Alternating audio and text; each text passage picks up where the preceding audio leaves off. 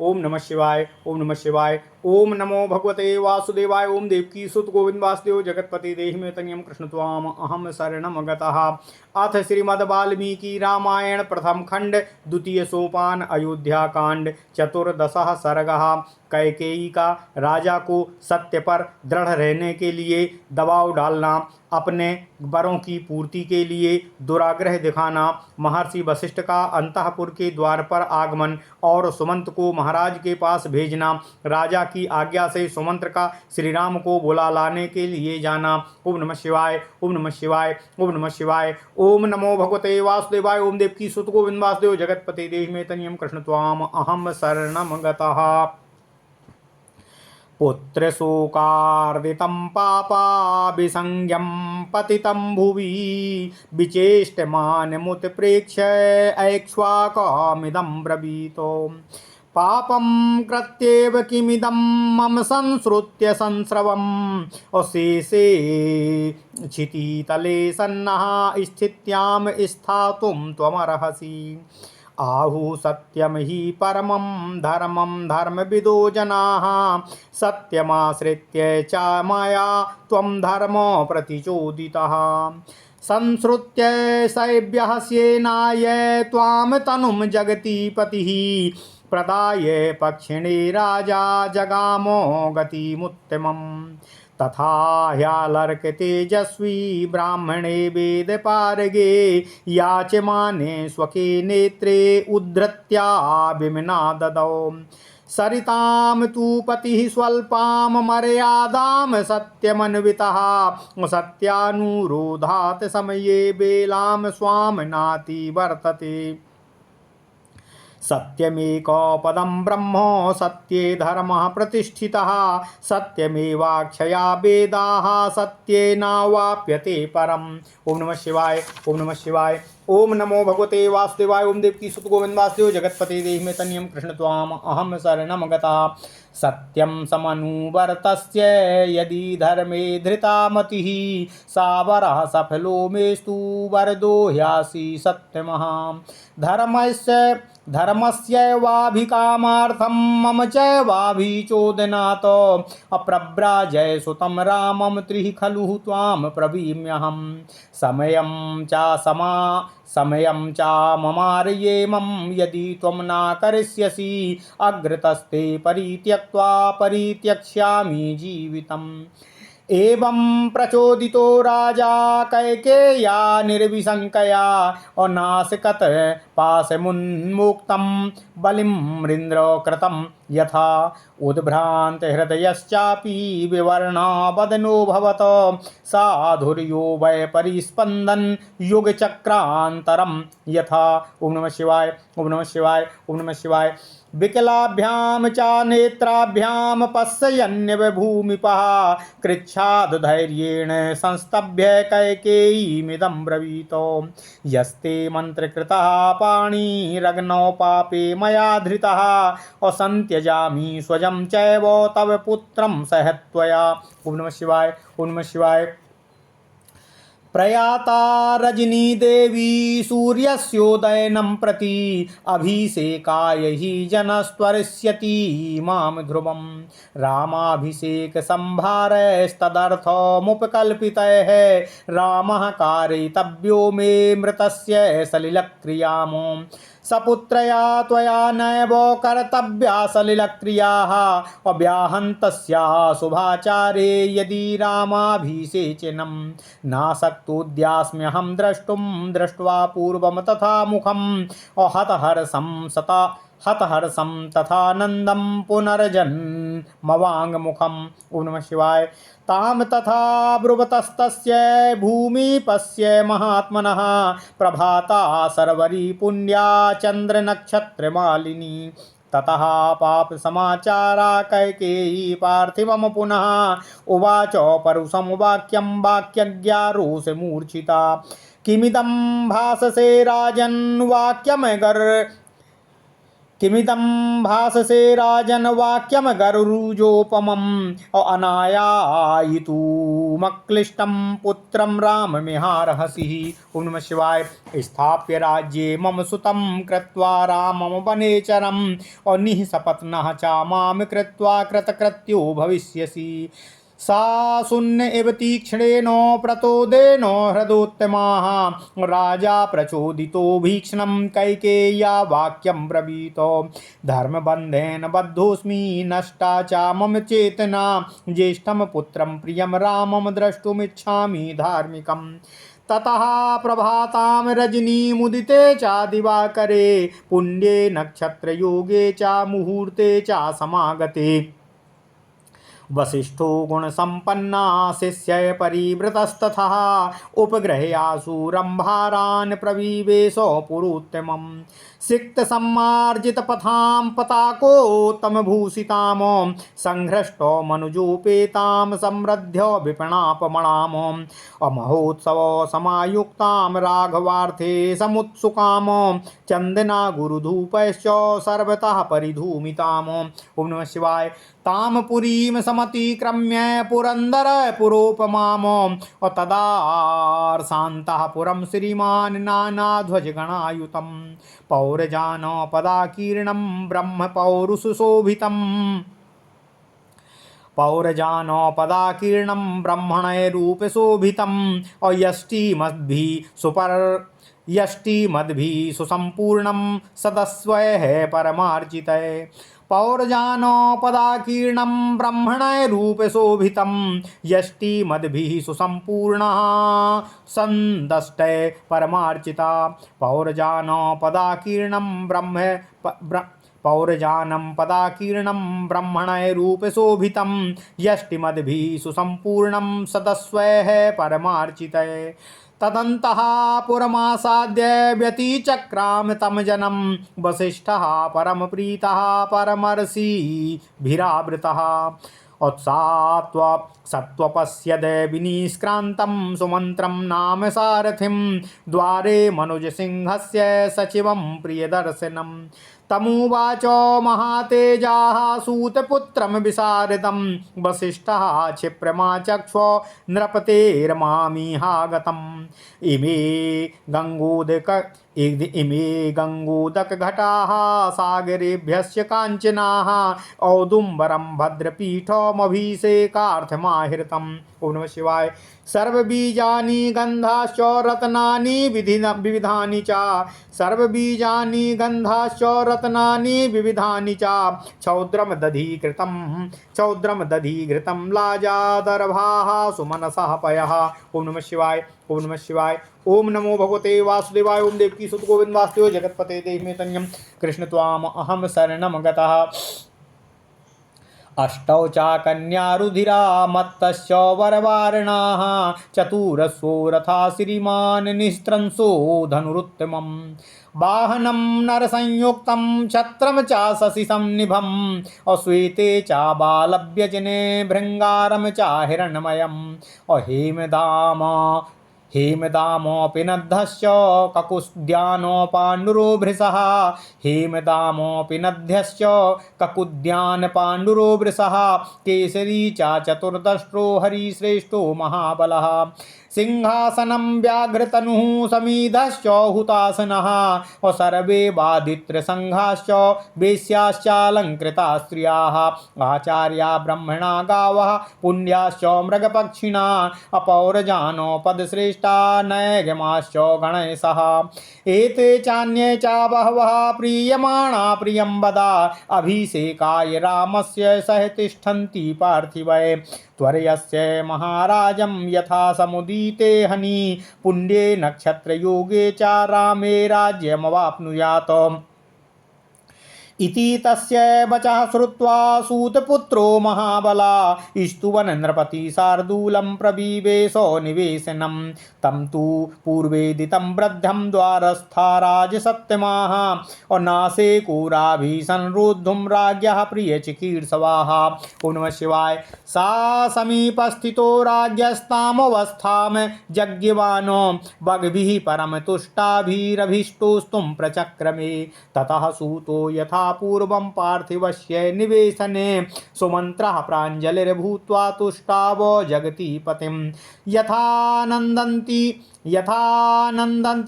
यथा नन्दति तेजस्वी सागरो भास्करोदये प्रीता प्रीतेन मनसा तथा नन्दयत्नस्ततः इन्द्रमस्यां तु बेलायामभितुष्टावमातलिः असोजयद् दानवान् सर्वांस्तथा त्वां बोधयाम्यहं वेदासहाङ्गा विद्याश्च यथा ह्यात्मा भुवं प्रभुं ब्राह्मणं बोधयन्त्यद्य तथा त्वां बोधयाम्यहम् आदित्या सह चन्द्रेण यथा भूतोधरं शुभाम् अबोधयत्यद्य पृथिवीं तथा त्वां बोधयाम्यहम् उत्तिष्ठ सुमहाराज कृतकौतुकमङ्गलः विराजमानो वपुषा मेरोरिव दिवाकरः सोम सूर्यो चाकाकुस्थो शिव वैश्रवणावपि वरुणश्चाग्निरिन्द्रश्च विजयं प्रदिशन्तु ते गता भगवती रात्रि कृतं कृत्यमिदं तव बुद्ध्यस्व नृपशार्दूल कुरु कार्यामनन्तरम् उदातिष्ठतो रामस्य समग्रामभिषेचनं पौरजानोपदाश्चापि नैगमश्च कृताञ्जलिः स्वयं वसिष्ठो भगवान् ब्राह्मणैः सह तिष्ठति क्षिप्रमाज्ञाप्यतां राजन राघवस्याभिषेचनं यथा ह्यापाला पशवो यथा सेना हयानकाः यथा चन्द्रं विना रात्रिर्यथा गावो विना वृषम् एवं हि भविता राष्ट्रं यथा राजा न दृश्यते एवं तस्य वचा श्रुत्वा सान्त्वपूर्वमिवार्थवतो अभ्यकीर्यत शोकेन भुव एव महीपति ततस्तु राजा तं सूतं सन्नहर्षं सुतः प्रतिः शोकरक्ते क्षणः श्रीमान् दीक्षो वाच धार्मिकः वाक्यस्तु खलु मर्माणि मम भूयो निकृन्तसि सुमन्त्रः वरुणां श्रुत्वा दृष्ट्वा दीनं चापार्थिवम् अग्रहप्रीताञ्जलिः किञ्चित् तस्माद्देशादपाक्रमतो यदा वक्तुं स्वयं दैन्यान्यो ससाको महीपति तदा सुमन्त्रं मन्त्रज्ञाः कैकेयी प्रत्युवाचः सुमन्त्रराजा रजनीमो रामहर्ष समुत्सुकः अप्रजागरपरिश्रान्तो निद्रावशमुपागतः तद्गच्छ त्वरितं सूतो राजपुत्रं यशस्विनं राममानय भद्रं तेनात्र कार्या विचारिणा अश्रुत्वा राजवचनं कथं गच्छामि भामिनी तच्छ्रुत्वा मन्त्रिणो वाक्यं राजा मन्त्रिणं ब्रवीतो सुमन्त्रं रामं द्रक्ष्यामि शीघ्रमानय सुन्दरं वसः मन्यमानः कल्याणं हृदयेन ननन्द च निर्जगाम च सा प्रीत्या त्वरितो राजशासनात् सुमन्त्रश्चिन्तयामास त्वरितं चोदितस्तया ओम नमः शिवाय ओम नमः शिवाय ओम नमो भगवते वासुदेवाय ओम देवकीसुत गोविंद वासुदेव जगत्पते देहि मे तनियं कृष्ण त्वाम अहम शरणं गता व्यक्तं रामाभिषेकार्थे इहायास्यति धर्मराट इति सूतो मतिं कृत्वा हर्षेणो महतः पुनः निर्जगाम महातेजा राघवस्य दिदक्षया असागरहृदसङ्काशात् सुमन्त्रोऽन्तः पुराच्छुभाम निष्क्रिम्य जनसंवादं ददर्श द्वारमग्रतः ओम नमः शिवाय ओम नमः शिवाय ततः पुरस्तात् सहसा विनिसृतो महीपतिर्द्वारगतान् विलोकयन् ददर्श पौरान् विविधान् महाधनानुपस्थितान् द्वारमुपोत्यभिष्ठितान् ओम नमः शिवाय ओम नमः शिवाय ओम नमो भगवते वासुदेवाय ओम देवकीसुत गोविंद वासुदेव जगत्पते देहि मे तनियं कृष्ण त्वाम अहम शरणं गतः ओम नमः शिवाय ओम नमः शिवाय ओम नमः शिवाय अथ श्रीमद् वाल्मीकि रामायण प्रथम खंड द्वितीय सोपान अयोध्या कांड 14वां सर्ग कैकेयी का राजा को सत्य पर दृढ़ रहने के लिए प्रेरित करना और दबाव देना, अपने वरों की पूर्ति के लिए दुराग्रह दिखाना, महर्षि वशिष्ठ जी का अंतःपुर के द्वार पर आगमन और सुमंत्र को महाराज के पास भेजना, राजा की आज्ञा से सुमंत्र का श्री राम को बुलाने के लिए जाना। ओम नमः शिवाय ओम नमः शिवाय ओम नमः शिवाय।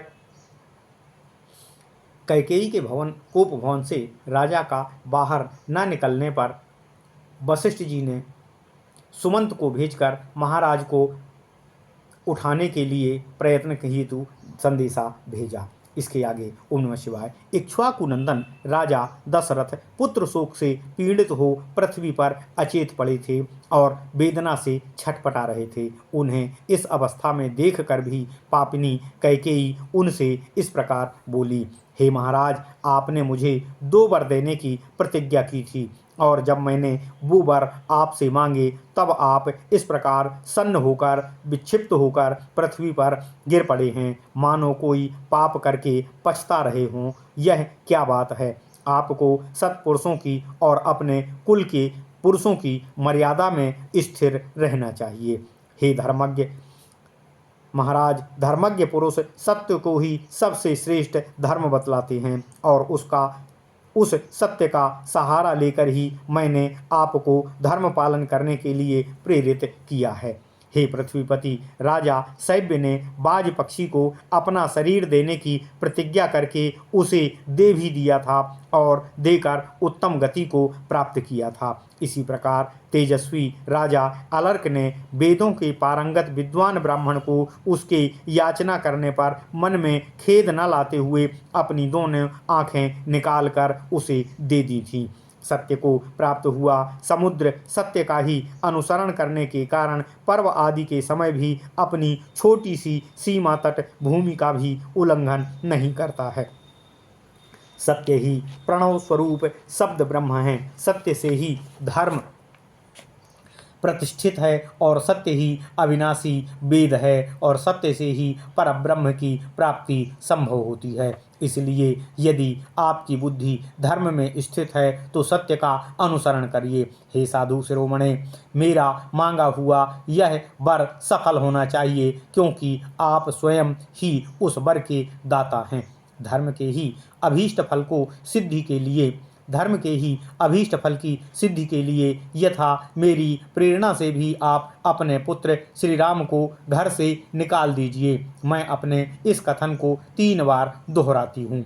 हे आर्य, हे महाराज, यदि मुझसे की हुई इस प्रतिज्ञा का आप पालन नहीं करेंगे तो मैं आपसे परित्यक्त अर्थात उपेक्षित होकर आपके ही सामने अपने प्राणों का परित्याग कर दूंगी। इस प्रकार कैकेयी ने जब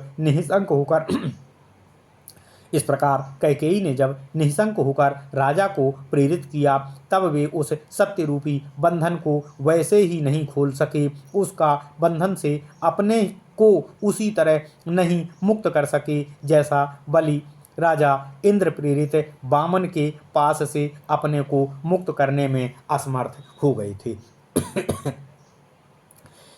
2 पहियों के बीच में फंसकर वहां से निकलने की चेष्टा करने वाले गाड़ी के बैल की भांति उनका हृदय उद्भ्रांत हो उठा था और उनके मुख की कांति फीकी पड़ गई थी।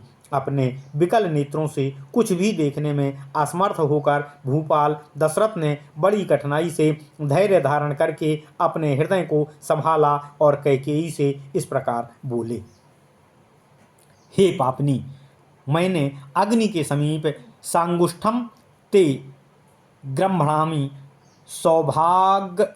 सौभागत्वाय हस्तमं सांगुष्ठम दे गृह्णामि सौभाग्यगत्वाय हस्तम इत्यादि वैदिक मंत्र का पाठ करके तेरे जिस हाथ को स्वीकार किया था उसे आज मैं छोड़ रहा हूँ। साथ ही तेरे और अपने द्वारा उत्पन्न हुए तेरे पुत्र का भी मैं त्याग करता हूँ।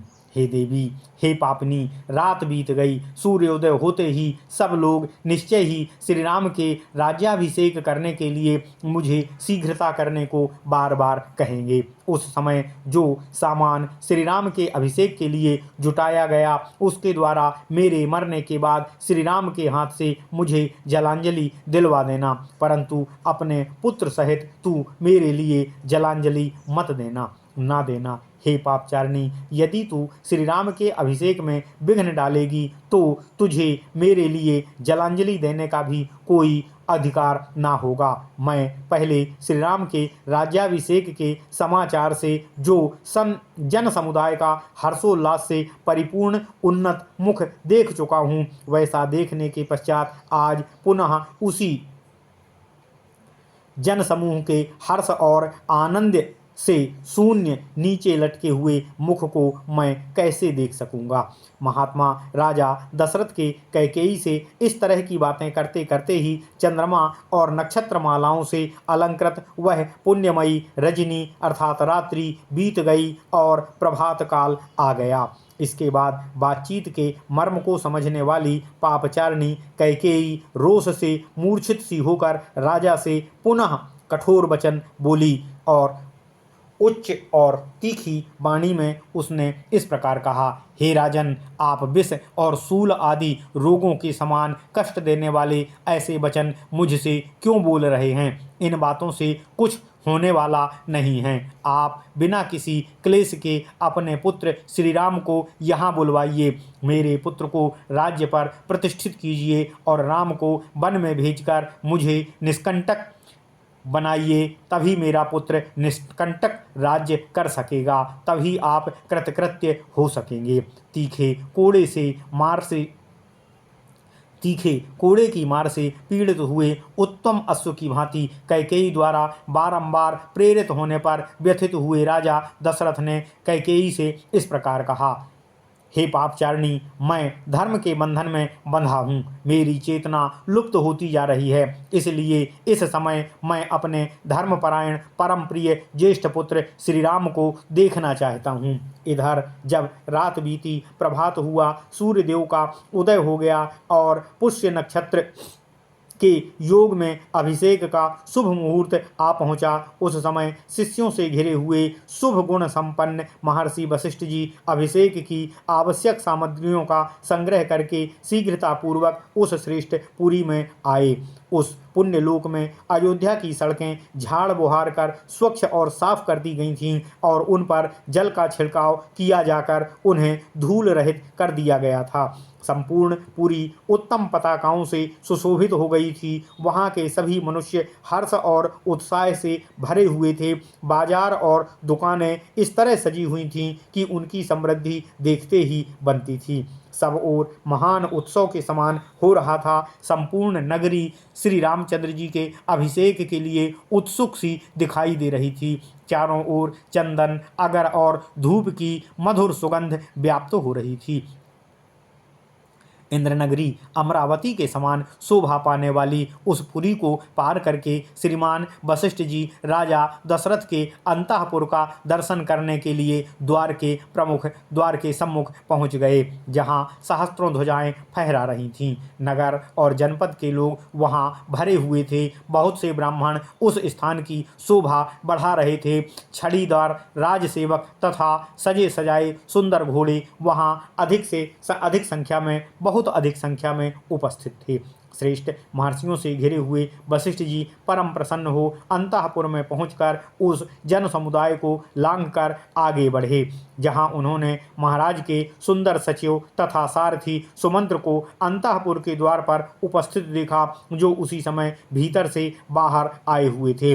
तब महातेजस्वी वशिष्ठ जी ने परम चतुर सूत पुत्र सुमंत से इस प्रकार कहा, हे सूत, तुम महाराज को शीघ्र ही मेरे आगमन की सूचना दो। उन्हें बताओ कि श्री राम के राज्याभिषेक के लिए संपूर्ण सामग्री एकत्र कर ली गई है। वे गंगा जल से भरे हुए कलश रखे हैं। इन सोने के कलशों में समुद्रों से लाया हुआ जल भरा गया है। यह गूलर की लकड़ी का बना हुआ भद्रपीठ है जो अभिषेक के लिए लाया गया है। इसी पर बिठाकर भगवान श्री राम का अभिषेक संपन्न होगा। ओम नमः शिवाय।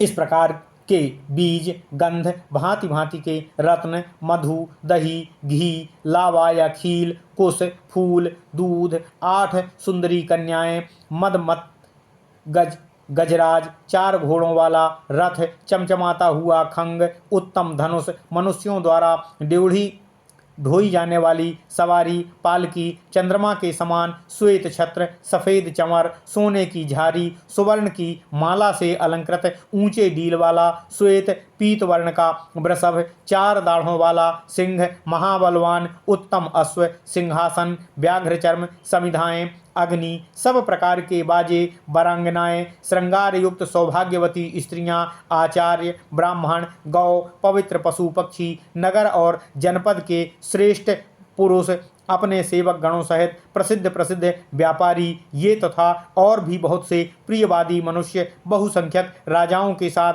प्रसन्नतापूर्वक श्री राम के राज्याभिषेक के लिए यहाँ उपस्थित हो चुके हैं। तुम महाराज से शीघ्रता करने के लिए कहो, जिससे अब सूर्योदय के पश्चात पुष्य नक्षत्र के योग में श्री राम का राज्याभिषेक किया जा सके। वशिष्ठ जी के ये वचन सुनकर महाबली सूत पुत्र सुमंत्र ने राज सिंह दशरथ की स्तुति करते हुए उनके भवन में प्रवेश किया। राजा का प्रिय करने की इच्छा रखने वाले और उनके द्वारा सम्मानित द्वारपाल उन बूढ़े सचिव को भीतर जाने से रोक नहीं सके, क्योंकि उनके लिए पहले से ही महाराज की आज्ञा थी कि वे किसी भी समय कभी भी भीतर आ सकते हैं और उन्हें कभी भी रोका ना जाए। सुमंत्र राजा के पास पहुंचकर खड़े हो गए। उन्हें उनकी अवस्था का पता नहीं था, इसलिए वे अत्यंत संतोषदायक वचनों द्वारा उनकी स्तुति करने को उद्यत हुए। सूत सुमंत्र राजा के उस महल में पहले की ही भांति हाथ जोड़कर उन महाराज की स्तुति करने लगे। हे महाराज, जैसे सूर्योदय होने पर तेजस्वी समुद्र स्वयं हर्ष की तरंगों से उल्लासित हो उसमें स्नान की इच्छा वाले मनुष्यों को आनंदित करता है, उसी प्रकार आप स्वयं प्रसन्न हो प्रसन्नतापूर्वक हृदय से हम सेवकों को आनंद प्रदान करने की कृपा कीजिए। हे नरेश, देवसारथी माताली ने इसी बेला में देवराज इंद्र की स्तुति की थी, जिससे उन्होंने समस्त दानवों पर विजय प्राप्त कर ली थी। उसी प्रकार मैं भी आपकी स्तुति वचनों द्वारा आपको जगाने के लिए आपके समक्ष उपस्थित हुआ हूँ। 6 अंगों सहित 4 वेद तथा समस्त विद्याएं जैसे स्वयंभू भगवान ब्रह्मा को जगाती हैं, उसी प्रकार आज मैं आपके सम्मुख उपस्थित होकर आपको जगा रहा हूँ। जैसे चंद्रमा के साथ सूर्य समस्त भूतों की आधारभूता इस शुभ स्वरूपा पृथ्वी को जगाया करते हैं, उसी प्रकार मैं आपके सम्मुख उपस्थित होकर आपको जगा रहा हूँ। हे महाराज, उठिए और उत्सव कालिक मंगल कृत्य पूर्ण करके वस्त्राभूषणों से सुशोभित शरीर से सिंहासन पर विराजमान होने की कृपा कीजिए। फिर मेरु पर्वत से ऊपर उठने वाले सूर्यदेव के समान आपकी शोभा होती रहे। हे काकुस्थ कुल नंदन, चंद्रमा, सूर्य, शिव, कुबेर, वरुण, अग्नि और इंद्र आपको विजय प्रदान करें। हे राज सिंह, भगवती रात्रि देवी विदा हो गई हैं। आपने जिसके लिए आज्ञा दी थी, आपका वह संपूर्ण मनोरथ युक्त कार्य पूर्ण कर लिया गया है। इस बात को आप जान लें और इसके बाद जो अभिषेक के शेष कार्य हैं उन्हें पूर्ण करने के लिए कृपया पधारें। श्री भगवान श्री राम के अभिषेक की संपूर्ण तैयारी पूर्ण हो चुकी है। नगर और जनपद के सभी लोग यथा मुख्य व्यापारी हाथ जोड़े हुए आपकी ड्योढ़ी में उपस्थित हो गए हैं। हे राजन, ये भगवान वशिष्ठ मुनि ब्राह्मणों के साथ आपके द्वार पर आ खड़े हुए हैं, अतः श्री राम के राज्याभिषेक का कार्य आरंभ करने के लिए शीघ्र ही आज्ञा प्रदान कीजिए। जैसे चरवाहों के बिना पशु, सेनापति के बिना सेना, चंद्रमा के बिना रात्रि और सांड के बिना गौवों की शोभा नहीं होती, ऐसी ही दशा उस राष्ट्र की हो जाती है जहाँ राजा का जन को दर्शन नहीं हो पाता है।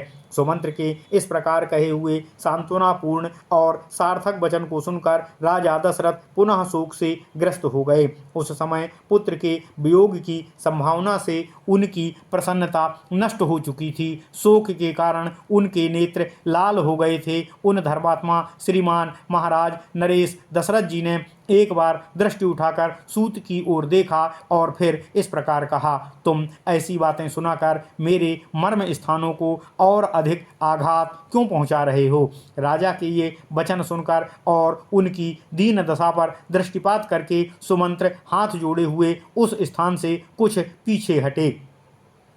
जब दुख और दीनता के कारण राजा स्वयं कुछ भी ना कह सके, तब मंत्रणा का ज्ञान रखने वाली कैकेयी ने सुमंत्र से इस प्रकार कहा, हे सुमंत्र, राजा रात भर श्री राम के राज्याभिषेक जनित हर्ष के कारण उत्कंठित होकर जागते रहे हैं। अधिक जागरण से थक जाने के कारण इस समय इन्हें नींद आ रही है।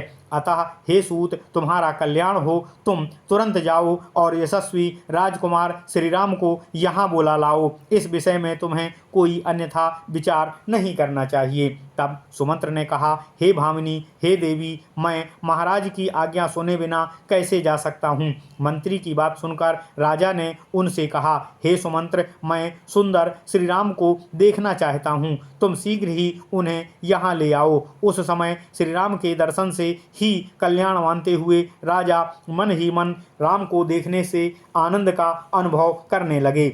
ओम नमः शिवाय, ओम नमः शिवाय, ओम नमः शिवाय। जब सुमंत्र राजा की आज्ञा से तुरंत प्रसन्नता पूर्वक वहां से चल दिए, कैकेयी ने जो तुरंत श्री राम को बुला लाने की आज्ञा दी थी, उसे याद करके वे सोचने लगे, पता नहीं यह उन्हें बुलाने के लिए इतना जल्दी क्यों कर रही है। जान पड़ता है श्री राम के अभिषेक के लिए ही यह जल्दी कर रही हो। इस कार्य में धर्मराज राजा दशरथ को अधिक आयास करना पड़ता, इसलिए वो बाहर नहीं निकले। ऐसा निश्चय करके महातेजस्वी सूत सुमंत्र फिर बड़े हर्ष के साथ श्री राम के दर्शन की इच्छा से चल पड़े। समुद्र के अंतर्वर्ती जलाशय के समान उस सुंदर अंतःपुर से निकलकर सुमंत्र ने द्वार के सामने मनुष्यों की भारी भीड़ एकत्र हुई देखी। राजा के अंतःपुर से सहसा निकलकर सुमंत्र ने द्वार पर एकत्र हुए लोगों को दृष्टिपात किया। उन्होंने देखा बहुसंख्यक पुरवासी वहां उपस्थित थे और अनेकानेक महाधनी पुरुष राजद्वार के सम्मुख आकर खड़े हो गए थे। इत्यार्षे श्रीमद् रामायणे वाल्मीकिये आदि काव्ये अयोध्या कांडे 14 सर्गः। इस प्रकार श्री वाल्मीकि निर्मित आर्ष रामायण आदि काव्य के अयोध्या कांड में 14वां सर्ग पूर्ण हुआ। ओम नमः शिवाय, ओम नमः शिवाय, ओम नमः शिवाय। ओम नमो भगवते वासुदेवाय। ओम देवकी सुत गोविंद वासुदेव जगतपते देहिमे तनियम कृष्ण त्वाम अहम शरणम गतः।